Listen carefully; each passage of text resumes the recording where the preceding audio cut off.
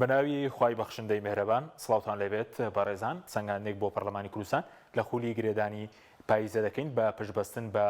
راپۆرتی ئینستیتوتی پەی بۆ پەروەردە و گەشتە پێدان کاڵسەنگانی کردووە بۆ کارەکانی شەش مانگی پەرلەمانی کوردستان لە خولی پاییزە. بەڵێ ئەگەر سەرەتا لە دانیشتەکانی پەرلەمانەوە دەست پێ بکەین، یەکێک لە کارەکانی پەرلەمان دانیشتنەوە کە لە دانیشتەکاندا یاساکان پەسەند دەکات لە خولی گرێدانی پاییزە واتالەیەکی نۆ تاوەکو 28 پەرلەمانی کوردستان 15 دانیشتنی ئەنجام داوە، 6 کاتژمێر و 11 خولەک کۆبۆتەوە لە کاتێکە دەبووایە بەلانی کەمەوە 50 دانیشتنی ئەنجام دابایە و 153 کاتژمێر کۆبوونەوەی کرداوەتە ژمارەی کەم کۆبوونەوەی ئەنجام داوە. کۆی دانیشتەکانی پەرلەمان لە ماوەی 4 ساڵدا لە 6 یانزەی 2010 تا 28 دووی 2023 114 دانیشتنی ئەنجام داوە لە کاتێکە بەلایانی کەم دەبووایە 331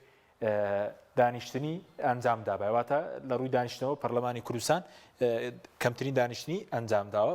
بەڵێ سەبارەت بە دۆخی یاسادانان یەکێکی دیکە لە ئەرکەکانی پەرلەمانی کوردستان بریتێ لە پەسەندکردنی یاساکان لە خولی گرێدانی پاییزە لە 1 2022 تاوەکو 28 دوی 2023 خوێنەوەی یەکەمی تەنیا بۆ 4 پێشنیاز یاسا و پرۆژە یاسا کردووە، 6 یاسا پەسەند کراون لەو 6 یاسایە تا ئێستا 5 لەو یاسایان لە ڕۆژنامەی وەقاعی کوردستان بڵاو نەکراونەتەوە. لە ماوەی 5 ساڵی ڕابردوودا لە خولی پێنجەم لە ماوەی 4 ساڵدا لە خولی پێنجەم 79 پێشنیاز و پرۆژە یاسا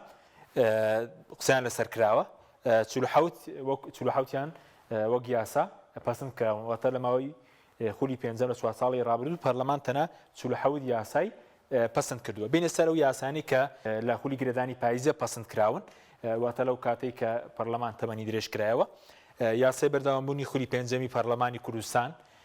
لە 9 دەی 2022 پەسەند کراوە، ئەمە تا ئێستا لە ڕۆژنامەی وەقایع بڵاو کراوەتەوە. بەڵام ئەو یاسایانی کە پەسەند کراون بۆ نمونە یاسای پەروەردە و فێرکاری لە هەرێمی کوردستان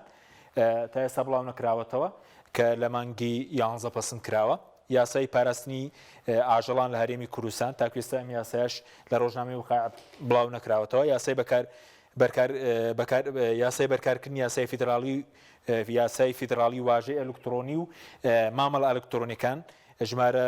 78 ساڵی 2012 ئەمەش تا ئێستا بڵاو نەکراوەتەوە. یاسای هەمواری پیادەکردنی یاسای بەڕێوەبردننی ئەوقاف ژمارە 64 ساڵی 1966 هەموارکراو لە هەرێمی کوردستان تا ئێستا ئەمەشیان هەر لە ڕۆژنامەی وەقایع بڵاو نەکراوەتەوە و چتە بواری جێبەجێکردنەوە. یاسای هەمواری یەکەم یاسای ئەنجومەنی شوراش لەسەر پێشنیازی سەرۆکایەتیێرێم گەڕێنراوەتەوە بۆ پەرلەمانی کوردستان. لەو یاسانەی کە دەرکراون ئەو حەودی یاسایە کە لە خولی پاییزە تەنامیان چۆتە بواری جێبەجێکردنەوەیش درێژکردنەوەی تەمەنی پەرلەمانی کوردستان بوو. واتە ئەو یاسانی کە پەسەند کراون کەمتر پەیوەندیان بە خواستەکانی خەڵک و خواستان وکەیەکانی خەڵکەوە بووە. سەرۆکی پەرلەمان لە دانیشتنی خولی گرێدانی پێشووتردا کۆمەڵێک بەڵێنی دابووەکو دەستەی سەرۆکایەتی کە کاریان لەسەر بکەن بۆ نمونە هەمواری یاسایی وەبەرهێنان، بەروەرە چوون بۆ گرفتی دەواازە سنووریەکان،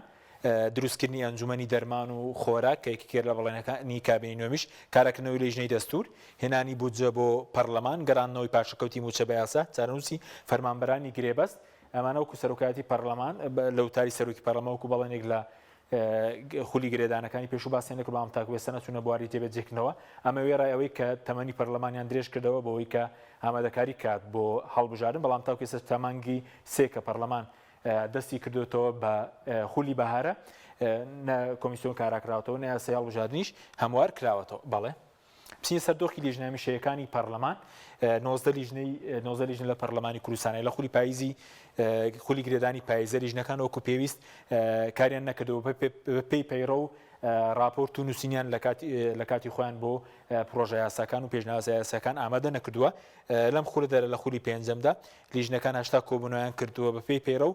پێویست بەلانی کەم 230 کۆبوونەوە ئەنجام بدەن. بەڵێ سەبارەت بە دۆخی چاودێری پەرلەمانێکی دیکە لە ئەرکەکانی پەرلەمان چاودێریکردنی پەرلەمان، بەڵام لە ماوەی 30 ساڵی ڕابردوو پەرلەمان نەیتوانێت بە مەرکە هەڵبسێ و متمانەی لە یەک وەزیر و یەک بەرپرس وەرنەگرتوێتەوە. لە 15 دانیشتنی پەرلەمان لە خولی گرێدانی پاییزە تەنها 4 ئەندامی ئەنجومەنی وەزیران ئامادە بوونە، ئەوانیش لە کاتی پەسەندکردنی یاساکان بووە نەوەکو مەسەلەی بەلوارچوون و لێپرسینەوە. لەلایەن ژمارە یاسای ئەندامانی پەرلەمانەوە هیچ یاداشتێک لە خولی پاییزە پێشکەش نەکراوە بۆ پرساندنی بەرپرسانی حکوومەت بەڵێ اینجا سەبارەت بە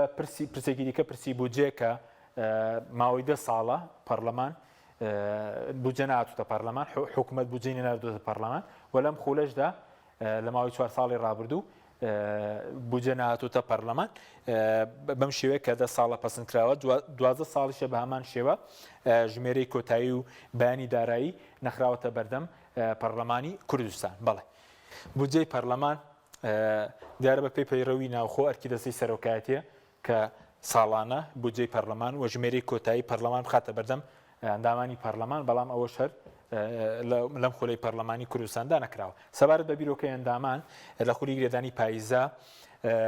هیچ بیرۆکەیەک لەلایەن ئەندامانی پەرلەمانەوە پێشکەش نەکراوە بۆی بۆ چارەسەرکردنی کێشەکانی هەرێم بخرێتە ڕوو و بە هەر بەپێی راپۆرتی ئەنیسوتیدی پەی دە پەرلەمانتار لە ماوەی 6 مانگی ڕابردوودا لە 1 نۆ تاوەکو مانگی 2023 هیچ قسەیەکیان نەکردووە بەڵێ مێنە سەر کارەکانی سەرۆکایەتی پەرلەمان کارەکانی سەرۆکایەتی پەرلەمانوەکو دوابرگە دەستەی سەرۆکایەتی پەرلەمان لە ماوەی 6 مانگدا 37 پەیامیان ڕاگەیاندووە 19 پەیامی پیرۆزباییکردن بووە 11 پەیامی هاوخەمی بووە 6 پەیامی هاوخەمی بە بۆنەی پرسەوە بووە 1 پەیامیش سوپاس و پێزانین بووە ئەمە کارەکانی دەستەی سەرۆکایەتی پەرلەمان کە زووترین شتی ڕۆتینی پیرۆزبایی و پرسیان ئاراسە کردووە بەڵەوەی کە بینیتان هەڵسەنگاندنێک بوو بۆ خولی گرێدانی پاییزەی پەرلەمانی کوردستان